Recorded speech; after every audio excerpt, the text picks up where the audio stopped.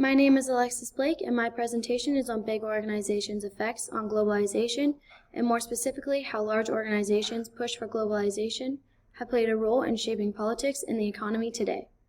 The organizations we will be looking at are the United Nations, the International Monetary Fund, and the International Labor Organization.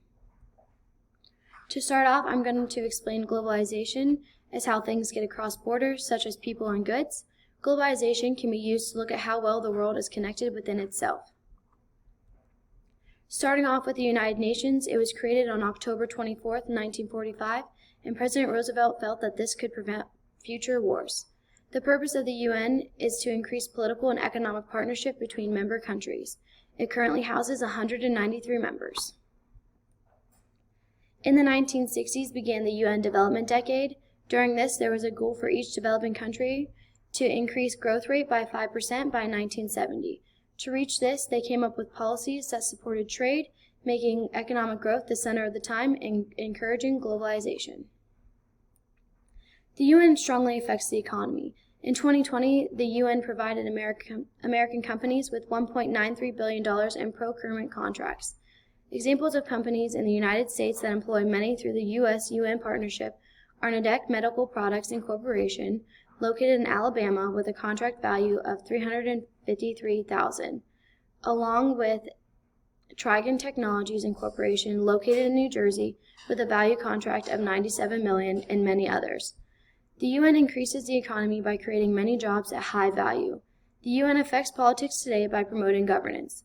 The United Nations supports democracy through programs. Many of these programs include the United Nations Development Program, the United Nations Democracy Fund, the Department of Peace Operations, the Department of Political and Peacebuilding Affairs, and many others. Although the UN does not encourage one model of government, it does promote the values and principles of a democratic governance. The IMF was created in 1944 after the Great Depression with the main goal to build international cooperation. It started off with 44 members, but now houses 190 countries with staff from 150 countries. The IMF has 3 missions, and these include furthering international monetary cooperation, encouraging the expansion of trade and economic growth, and discouraging policies that would harm prosperity. During the 1960s, the IMF annual report showed a continuing growth in industry activity and world trade. In 1961, the IMF also created the Africa Department, making it one of the 3 earliest members. The global pandemic of 2020 created a high demand for the IMF, but the quickness and knowledgeable choices taken by the IMF helped them maintain $1 trillion lending capacity to continue supporting countries. The IMF helped with the crisis by partnering with other organizations to suspend debt repayments and to bring attention to open trade policies. When the IMF lends, they are expecting to be paid back, and they do this lending to help economies of the member countries to balance payment problems rather than to fund projects. The IMF works to help countries get back on their feet and try to lower the negative effect on the economy. Not only do they lend money, but they also monitor member countries' economies to monitor developments that affect the global economy, and it also gives them the ability to foresee risk. The IMF also affects politics, as governments must make changes that are set by the IMF when they get involved. The ILO was created in 1919 as a part of the Treaty of Versailles. The International Labor Organization is structurally created to give equal voices to workers, employers, and governments, promoting adequate work for all men and women. During the 1960s, the ILO had its largest regional conference and was also the first African conference. In 1963, the ILO began to exclude South Africa from a few trade committees due to its policy of apartheid. In 1964, the International Labor Conference approved a declaration concerning apartheid in South Africa and caused the elimination of apartheid in labor by the ILO.